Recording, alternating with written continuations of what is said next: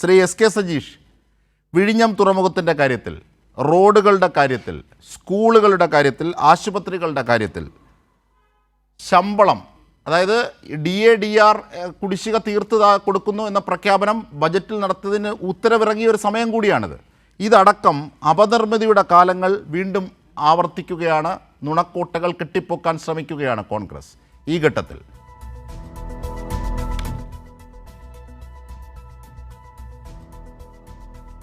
അജിൻഷാദ്, Roni K ബേബിക്ക് അങ്ങനെയേ പറയാൻ വേണ്ടി കഴിയൂ, അതുകൊണ്ട് അദ്ദേഹം പറയുന്നു. പക്ഷേ ആ പറഞ്ഞ കാര്യങ്ങളുടെ വസ്തുതകൾ ഓരോന്നും നമ്മൾ പരിശോധിക്കേണ്ടതാണ്.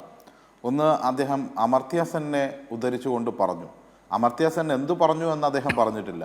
അമർത്യ സെൻ കഴിഞ്ഞ ദിവസം പറഞ്ഞത് കേരള മോഡൽ ലോകത്തിനാകെ മാതൃകയാവുമെന്നാണ്. ഇന്ത്യയിലെ മറ്റു സംസ്ഥാനങ്ങൾ കേരള മോഡൽ വികസനം മാതൃകയാക്കണമെന്നാണ്. അത് അമർത്യ സെൻ മാത്രമല്ല, മറ്റു ബഹുമാനരായ നിരവധി പേർ പറഞ്ഞിട്ടുണ്ട്. കർണാടകത്തിലെ മന്ത്രിയെ, കോൺഗ്രസിൻ്റെ റവന്യൂ മന്ത്രിയെ എഴുന്നള്ളിച്ച് കേരളത്തിലേക്ക് കൊണ്ടുവന്നപ്പോൾ ഈ കോൺഗ്രസിൻ്റെ സകല നേതാക്കന്മാരും ഇരിക്കെ രാജ്യത്തിനാകെ മാതൃകയാണ്, ലോകത്തിന് തന്നെ മാതൃകയാണ് കേരളത്തിൻ്റെ ആരോഗ്യ മേഖല, വിദ്യാഭ്യാസ മേഖല, അതുപോലെ തന്നെ സാമൂഹ്യ സുരക്ഷാ രംഗത്തുള്ള ഇടപെടൽ എന്ന് അദ്ദേഹം പറയുകയുണ്ടായി. അതും ഇവരാരും കേട്ടിട്ടില്ലാത്തതുകൊണ്ടല്ല, പക്ഷേ കേട്ടത് നടിക്കാത്തതുകൊണ്ടായിരിക്കുമെന്ന് ഞാൻ കരുതുകയാണ്. മണിശങ്കരയ്യർ എന്ന് പറയുന്നത് AICCയുടെ വർക്കിംഗ് കമ്മിറ്റി മെമ്പറായിരുന്നു. അതായത് ഏറ്റവും പ്രധാനപ്പെട്ട മെമ്പറായി പ്രവർത്തിച്ച ഒരു വ്യക്തിത്വമായിരുന്നു അദ്ദേഹം. എക്കാലത്തും നിലപാട് ഉയർത്തിപ്പിടിച്ച ആളായിരുന്നു. പെട്രോളിയത്തിൻ്റെ വില നിയന്ത്രണം കോർപ്പറേറ്റുകൾക്ക് വിട്ടുകൊടുക്കാനുള്ള നിലപാടുകൾക്കെതിരായി പോലും പ്രതിഷേധിച്ച് നിലപാട് സ്വീകരിച്ച ഒരു കോൺഗ്രസ്സുകാരനായിരുന്നു അദ്ദേഹം. പറഞ്ഞല്ലോ, കേരള വികസനത്തെക്കുറിച്ചും കേരളത്തിനുണ്ടായ മാറ്റത്തെക്കുറിച്ചും കേരളത്തിലെ ഈ ഗവൺമെൻറ് തുടരേണ്ടതിൻ്റെ അനിവാര്യതയെക്കുറിച്ചും കേരളത്തിൽ വന്ന് അദ്ദേഹം തന്നെ പറയുന്ന സാഹചര്യമുണ്ടായി. കേരളത്തിൻ്റെ പൊതുവായ വികസനത്തെക്കുറിച്ച് ശശി തരൂർ ഉൾപ്പെടെ പറയുകയും അദ്ദേഹത്തോട് നിങ്ങൾക്ക് കലഹിക്കേണ്ടി വരികയും ചെയ്യുന്ന സാഹചര്യം ഉണ്ടായി. അത് സ്റ്റാർട്ടപ്പിൻ്റെ മേഖലയിലായാലും അതുപോലെ തന്നെ ഈസ് ഓഫ് ഡൂയിങ് ബിസിനസ്സിൻ്റെ കാര്യത്തിൽ രാജ്യത്തിനും ലോകത്തിനും മാതൃകയായ രീതിയിൽ കേരളത്തിലെ വ്യവസായ രംഗത്തിൻ്റെ വളർച്ചയെക്കുറിച്ചും എല്ലാം അദ്ദേഹം സൂചിപ്പിക്കുകയുണ്ടായി. ഞാനതിൻ്റെ ഒന്നും വിശദാംശങ്ങളിലേക്ക് പോകണമെന്ന് കരുതുന്നില്ല. ഇവിടെ അദ്ദേഹം സൂചിപ്പിച്ച ചില കാര്യങ്ങളുണ്ട്. PR വർക്കിലൂടെയാണ് വികസനമെന്ന്.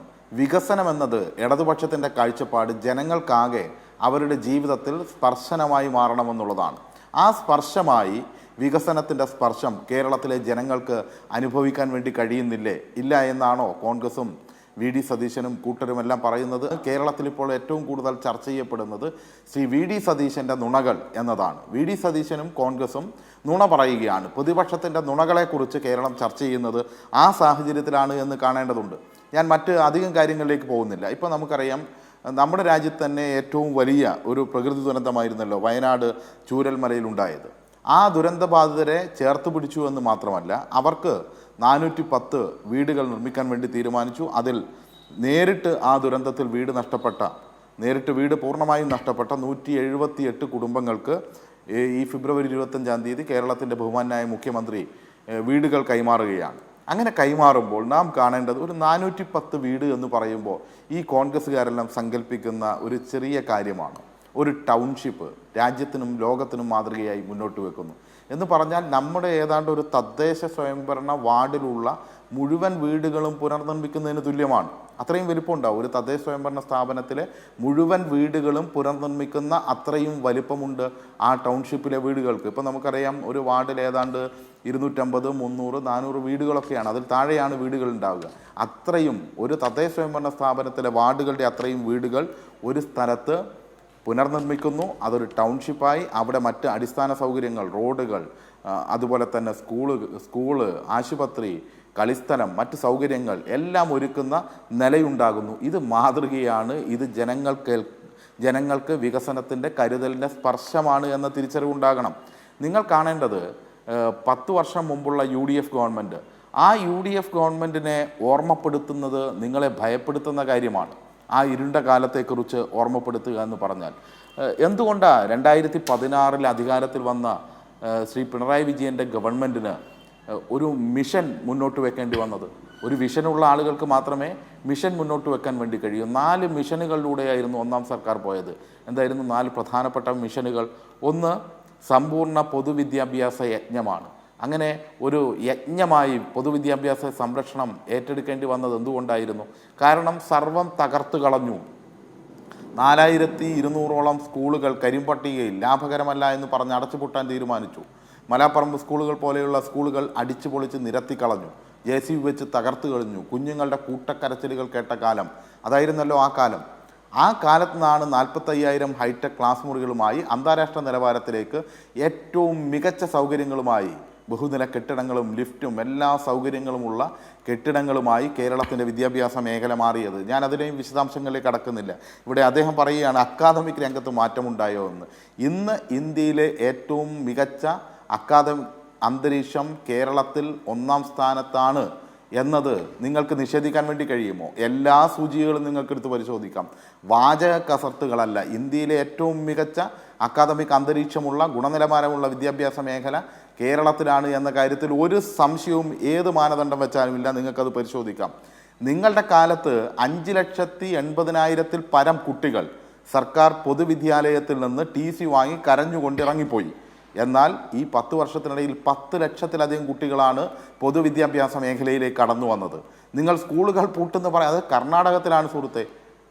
676 സ്കൂളുകൾ, സർക്കാർ സ്കൂളുകൾ അടച്ചുപൂട്ടാൻ വേണ്ടി തീരുമാനിച്ചു.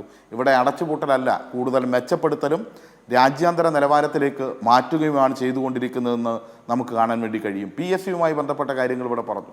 ഇവിടെ 3 ലക്ഷത്തിൽ പരമായി PSC നിയമനം കടക്കുകയാണ്. ഓരോ വർഷവും ആവറേജ് 35,000-ഓളം PSC നിയമനങ്ങൾ കേരളത്തിൽ നടക്കുകയാണ്. PSC പരീക്ഷകൾ കൃത്യമായി നടക്കുന്നു, അതിൻ്റെ അടിസ്ഥാനത്തിൽ നിയമനങ്ങൾ നടക്കുന്നു. ഇപ്പോൾ 10 വർഷമായി കേരളത്തിൽ PSC കോച്ചിങ് സെൻ്ററുകൾ കാണാം. അതിനു മുമ്പെയുള്ള 5 വർഷം കേരളത്തിൽ PSC കോച്ചിങ് സെൻ്റർ പോലും ഇല്ലായിരുന്നു. കാരണം അതിൻ്റെ ആവശ്യമില്ലായിരുന്നു കേരളത്തിലെ ഉദ്യോഗാർത്ഥികൾക്ക് എന്നുള്ളതാണ്. നമുക്കിപ്പോൾ താരതമ്യം ചെയ്യാൻ തൊട്ടടുത്ത് നിങ്ങൾ ഭരിക്കുന്ന കർണാടകം ഉണ്ടല്ലോ. കർണാടകത്തിൽ ഞാൻ മനസ്സിലാക്കുന്നത് കഴിഞ്ഞ 2024-25 കാലഘട്ടത്തിൽ ആകെ 6 PSC നിയമനങ്ങളാണ് നടത്തിയിട്ടുള്ളതെന്നുള്ളതാണ്. 6 മാത്രം. അവിടെയാണ് ഇവിടെ 3 ലക്ഷം എന്നുള്ള രീതിയിൽ നിൽക്കുന്നത്. ഈ രാജ്യത്ത് നടക്കുന്ന PSC നിയമനത്തിൻ്റെ 60% നടത്തുന്നത് കേരളത്തിലാണ് എന്നത് രാജ്യത്തെ കണക്കുകൾ തന്നെ സൂചിപ്പിക്കുമ്പോൾ ഈ കള്ളങ്ങളൊക്കെ പറഞ്ഞ്, ഈ നുണ മാത്രം പറഞ്ഞ് നിങ്ങൾക്ക് എത്ര കാലം പിടിച്ചു നിൽക്കാൻ വേണ്ടി കഴിയും എന്നുള്ളത് കൂടി പറയേണ്ടതുണ്ട്. അതുപോലെ തന്നെ ഓരോ മേഖലയിലും ആശുപത്രിയുടെ കാര്യം ഇവിടെ സൂചിപ്പിച്ചു. 5 വർഷം മുമ്പ് ഒരു ശസ്ത്രക്രിയക്കിടയിൽ ഡോക്ടർക്കുണ്ടായ പിഴവ്, ആ പിഴവിൽ കർശനമായ നിലപാടുകൾ സ്വീകരിക്കും. അതുകൊണ്ട് കേരളത്തിൻ്റെ ആരോഗ്യ മേഖലയിൽ ഉണ്ടായ മുന്നേറ്റത്തെ നിങ്ങൾ ഇല്ലാതാക്കി കളയുകയാണോ? അല്ലെങ്കിൽ അതിനെ കുറച്ച് കാണിക്കുകയാണോ? നിങ്ങളുടെ കാലം എന്തായിരുന്നു? നിങ്ങളുടെ കാലത്ത് സർക്കാർ ആശുപത്രികളെ ധർമാശുപത്രികൾ എന്നാണ് വിളിച്ചിരുന്നത്. അതാണ് ഫാമിലി ഹെൽത്ത് സെൻ്ററുകളായി മാറിയത്. നിങ്ങൾ പറയൂ, ഇവിടെയുള്ള സാധാരണ PSCകളിൽ നിങ്ങൾ ഭരിക്കുമ്പോൾ എത്ര ഡോക്ടർമാരുണ്ടായിരുന്നു? സത്യസന്ധമായി പറയൂ. എത്ര മണിവരെ അവരുടെ സേവനം ലഭിച്ചിരുന്നു? ഒരു ഡോക്ടർ മാത്രം, അത് വന്നാൽ ഉച്ചയ്ക്ക് 12 മണിവരെ മാത്രം. സകല ജോലികളും വേറെയുമുണ്ട്. പലപ്പോഴും 1-2 PSCകൾക്ക് ഒരു ഡോക്ടറുടെ ചുമതല.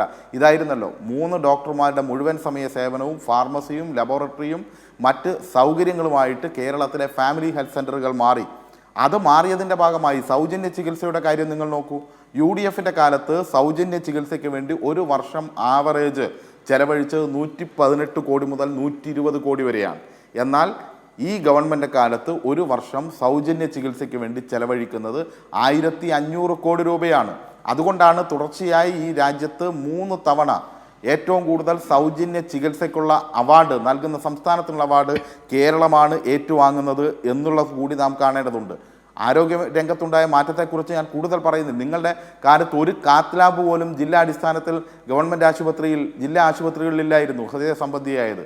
എന്നാൽ ഇന്ന് 14 ജില്ലകളിലും അത് ലഭ്യമാണ്. അതാണുണ്ടായ മാറ്റം. 8 ഡയാലിസിസ് യൂണിറ്റ് പകരം 118 ഡയാലിസിസ് യൂണിറ്റുകളായി.